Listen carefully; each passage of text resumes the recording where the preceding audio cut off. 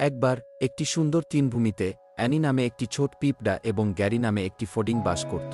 Annie সর্বদা কঠোর পরিশ্রমে ব্যস্ত ছিল, খাবার সংগ্রহ করতে এবং এটি তার অ্যান্টিলে সংরক্ষণ করে। অন্যদিকে গ্যারি তার বেহালা বাজাতে এবং রোদে বাস করতে পছন্দ করতেন। ভবিষ্যৎ নিয়ে তিনি কখনো চিন্তিত হননি।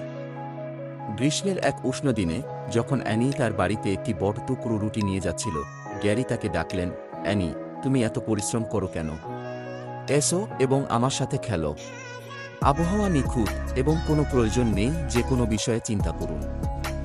অ্যানি থেমে গ্যারির দিকে তাকালো। গ্যারি, আমি খেলতে চাই, কিন্তু আমাকে শীতের জন্য প্রস্তুত করতে হবে। যখন ঠান্ডা আবহাওয়া আসবে তখন তৃণভূমিতে কোনো খাবার অবশিষ্ট থাকবে না। এখন যদি আমি যথেষ্ট পরিমাণে জড়ো না করি তাহলে আমি ক্ষুধার্ত হতে পারি।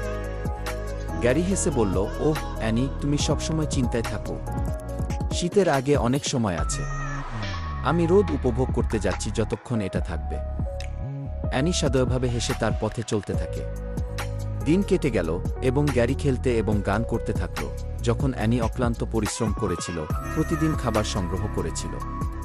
গ্রীষ্ম ধীরে ধীরে শরতে পরিণত হয় এবং শীঘ্রই শীতের প্রথম লক্ষণ দেখা দেয়। গাছ থেকে পাতা ঝরে পড়ে, ঠান্ডা বাতাস বইতে শুরু করে। এক হিমশীতল সকালে গ্যারি কাঁপতে কাঁপতে জেগে ওঠে। তিনি চারপাশে তাকিয়ে বুঝতে পারলেন যে তৃণভূমিটি বরফে ঢাকা। সমস্ত ঘাস এবং গাছপালা হারিয়ে গেছে এবং কোনো খাদ্য খুঁজে পাওয়া যায়নি।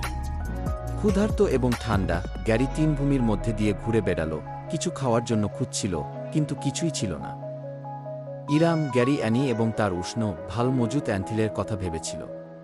তিনি তার সাথে দেখা করার এবং সাহায্যের জন্য জিজ্ঞাসা করার সিদ্ধান্ত নিয়েছিলেন।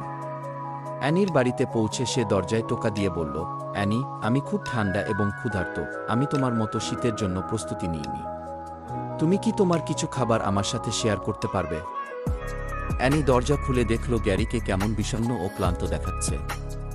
তিনি তার জন্য দুঃখিত হয়ে বললেন, গ্যারি, আপনি এই শীতে আমার সাথে থাকতে পারেন, কিন্তু মনে রাখবেন, পরের বছর কঠোর পরিশ্রম এবং প্রস্তুতি নেওয়া গুরুত্বপূর্ণ, যাতে আপনি নিজেকে এই পরিস্থিতিতে আর খুঁজে না পান। গ্যারি অ্যানিকে ধন্যবাদ জানানো এবং ভবিষ্যতে আরও দায়িত্বশীল হওয়ার প্রতিশ্রুতি দেন। সেই দিন থেকে তিনি কঠোর পরিশ্রম এবং সামনের পরিকল্পনার মূল্য শিখেছিলেন। এবং যখন পরের গ্রীষ্ম আসে, গ্যারি অ্যানির সাথে কাজ করেছিল, একসাথে শীতের জন্য প্রস্তুতি নিচ্ছিল, এবং তারা উভয়েই সুখে, উষ্ণ এবং ভালোভাবে খাওয়া দাওয়া করেছিল।